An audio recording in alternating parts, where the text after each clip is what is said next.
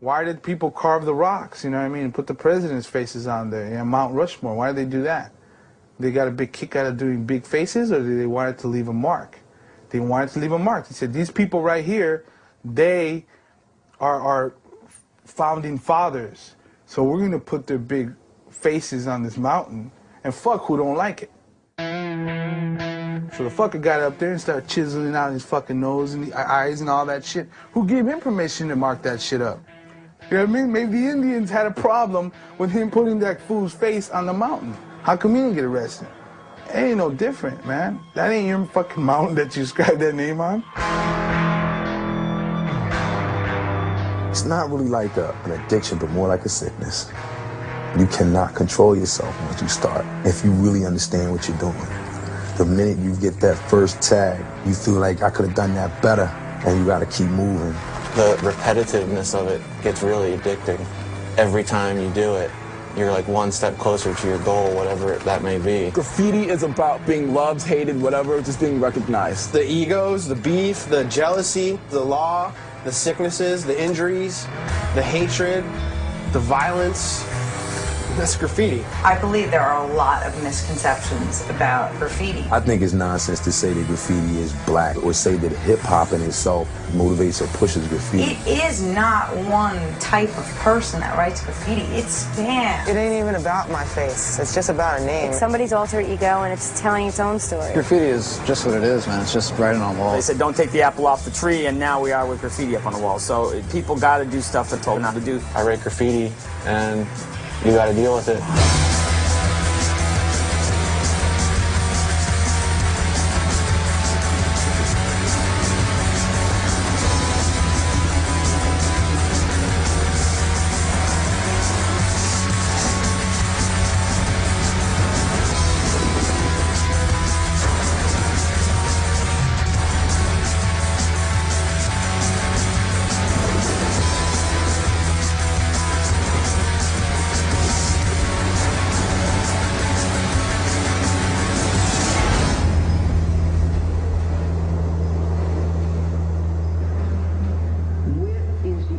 Strategy to get us out of Iraq? That was question number one. Number two is a very simple question. Why did I start doing graffiti? I was always like that kid to try to get everybody's attention in class. At home, I don't know, I guess I was just like scared, you know, like I wasn't allowed to be free in my speaking or my behavior or anything, you know, so I like played the flute, but then my father like made me stop doing that as like a form of punishment for me getting in trouble for something. It's the only thing I liked, and he just took it away, and like, you know, that's exactly what graffiti was. It was like that one thing that I could like, you know, jump onto and then slide down out of the window of my life. I saw somebody doing it on a piece of paper, and I was like, wow, that's dope. And then I couldn't do it, and it was like, damn. I started noticing it everywhere, and I was like, fuck. It was just so sexy, and I was a horny teenager, you know? Hit those streets. It was bad, really bad, you know? I mean, of course I stole, but like, wow, writing on shit? So many things could go wrong. You could really get in trouble. It was just crazy. Tagging is like the most buttery essence of fucking graffiti. You know, like, no matter where you catch a tag, especially in New York, somebody's gonna see it. Some kids I know like come through and they say like, yo, Earsnot, that's you? I saw that shit down by the banks. I was like, Earsnot, what's that? And I was like, it's the first time I've ever heard that. That's kind of, it's kind of cool. I mean, I like this feeling. What is this? This is, you know, and then it's like, I used to write Earsnot really legibly because I really wanted everybody to see that shit. I didn't want Earsnot just to be for graffiti writers. I wanted it to be for everyone. Like the tag is like, you know, your signature, your John Hancock. Fill-ins, okay. Pieces, and mural, ugh. Get a graffiti coloring book or something. You know what I'm saying? But tagging is where it's at. Oh, tagging is the best. Write little messages. You know, you could like see where somebody was from that day just from seeing like all their tags with that one red mean streak. And then you meet up with them later in the day like, yo, you were in fucking Elmhurst, weren't you? Yeah, I love it. That shit is just like timeless.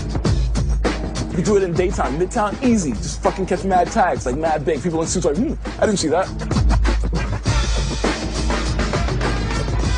I like it, especially when I can see the cop, and I'm like, catching my tag, and then and done. Circle, underline, star. You know, I can see where you are, so I know that I'm not getting caught, you know what I'm saying? This is the nature of me and most graffiti writers. You don't want anybody telling you what to do. You want to fucking break the law. You want to take that chance of getting caught, and you love it, and you love fucking with them and being like, well, you know, I'm going to do it again and again and again, and there's nothing you can fucking do. I'm going to be fucking back. You can make laws. It doesn't mean, like, you know, everybody's going to follow them.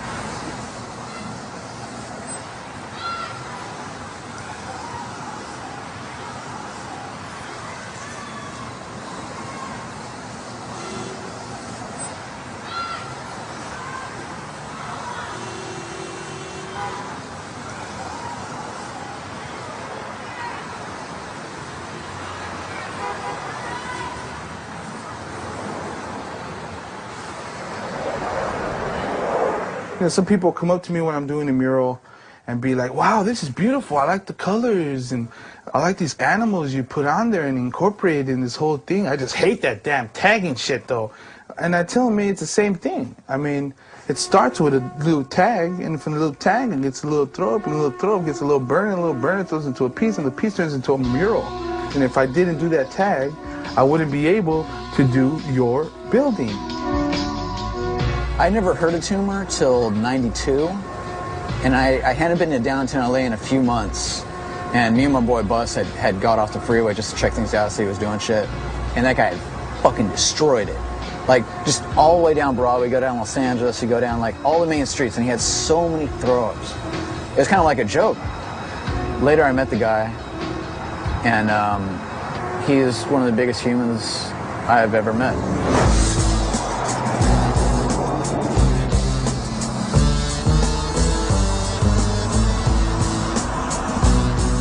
To be a graffiti writer, man, I feel that you have to hold down your fucking name. That's it. Not just write on the wall and be a fucking piecer or paint in your backyard and send it to a magazine. Like, to me, graffiti belonged illegally. That's where it is. You know, you go to the zoo and see a tiger, but he's domesticated in a way, you know? So graffiti don't belong on a canvas. It belongs in an alley or on a train, you know, somewhere where it could just go wild. This is my office. LA is the gallery. The streets of New York is the gallery. The streets of Chicago is the gallery. You can go to some places in LA where there's railroad tracks and crazy ass walls. You're gonna see that art for free. You might pay for being in the wrong place.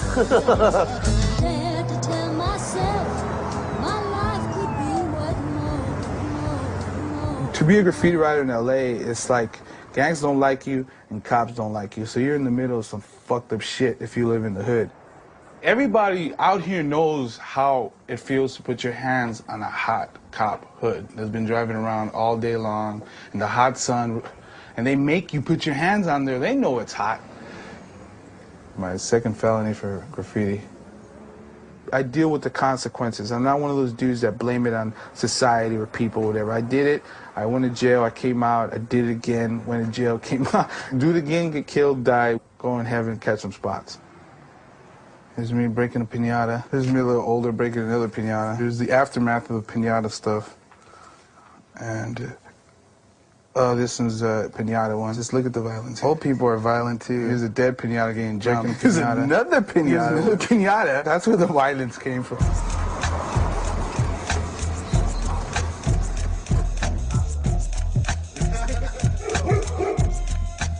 I brought this motherfucker up since he was a little ass fool, and he takes care of me and I take care of him. TKO is not a gang, and it's not a Boy Scout troop.